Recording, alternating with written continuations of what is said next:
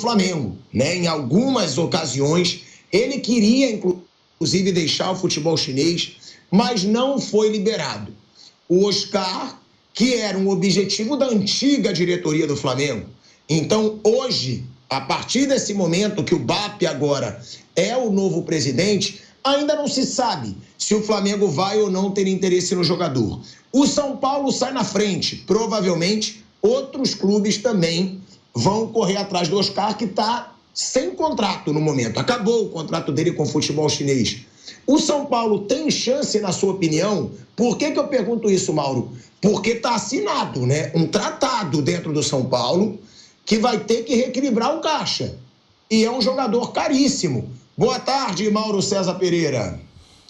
Boa tarde. Eu acho que é uma contradição, né? Assim, não adianta o departamento financeiro, o superintendente do São Paulo falarem em ajuste de finanças, e aí você vai contratar um jogador que vai ter um custo mensal, entre luvas, salário, tributos, sei lá, 2 milhões por mês, vai custar um Oscar? Quanto vai custar? Não sei. Digamos que seja esse valor. É muito dinheiro.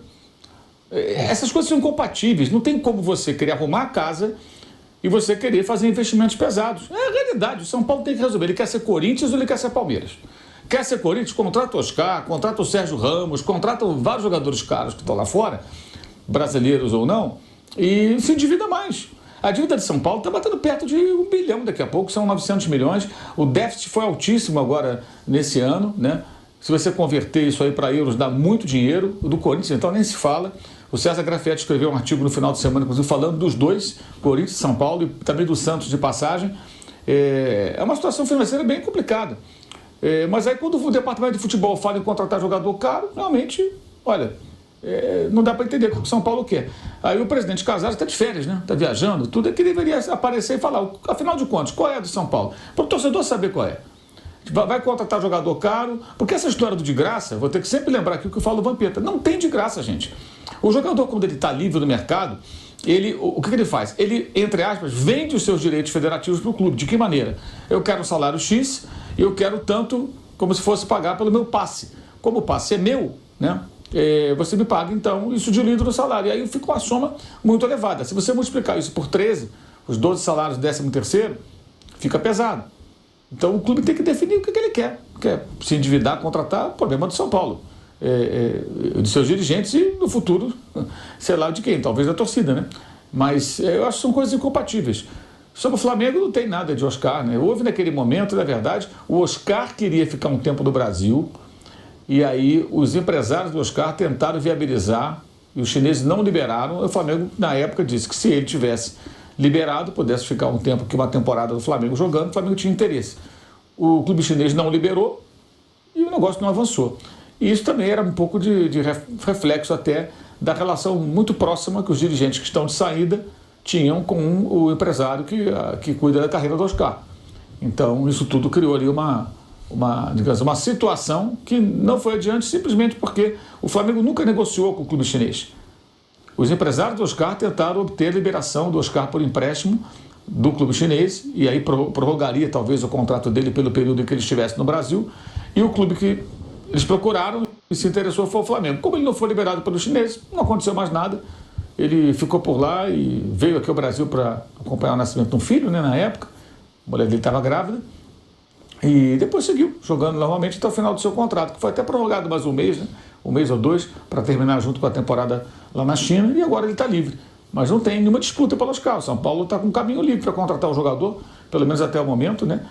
A questão é a questão financeira. É questão financeira. Que é isso. É o caso. Você pega lá o Corinthians. Quando eu falei lá atrás, mas o Corinthians não fica na bronca, eu falei, o Depay não é pro bico do Corinthians. Mas contratou, continua não sendo.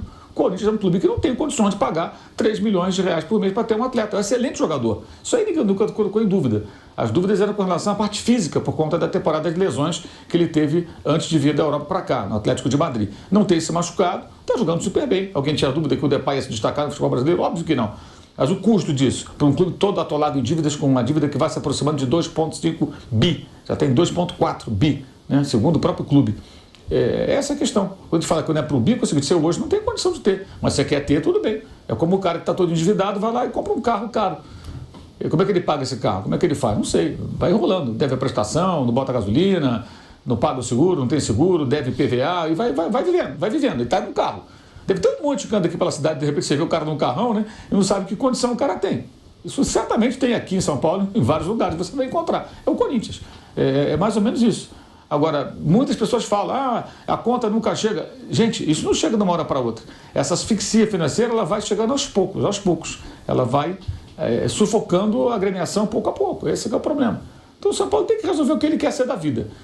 Eu sempre tenho dito, quer ser Palmeiras, contas organizadas, pagou lá os seus pecados, se ajustou, teve agora uma temporada que não foi vitoriosa, mas o clube fatura alto, o clube não tem dívidas significativas, elas são controladas, tem condições de fazer aportes interessantes na contratação de bons jogadores, podemos até questionar ou não, o mercado do Palmeiras é outra história, mas dinheiro para isso tem. Tem uma vida equilibrada, saudável, né? E por isso é tão competitivo. Quando ganha só um Campeonato Paulista e vice-campeão brasileiro, é pouco.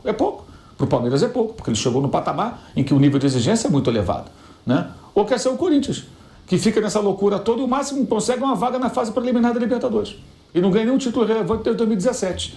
Se você pensar, para o São Paulo entender, Palmeiras ou Corinthians, o que é que você quer ser? Palmeiras, campeão brasileiro. O Corinthians ganhou em 17, né? O Palmeiras foi vice. Ganhou em 18, o brasileiro.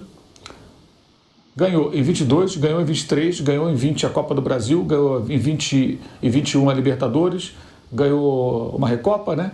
Ganhou, enfim, tricampeonato paulista, tem um monte de taças. Palmeiras. E o Corinthians, ganhou o quê? Paulista em 2018, não foi? 19 o último.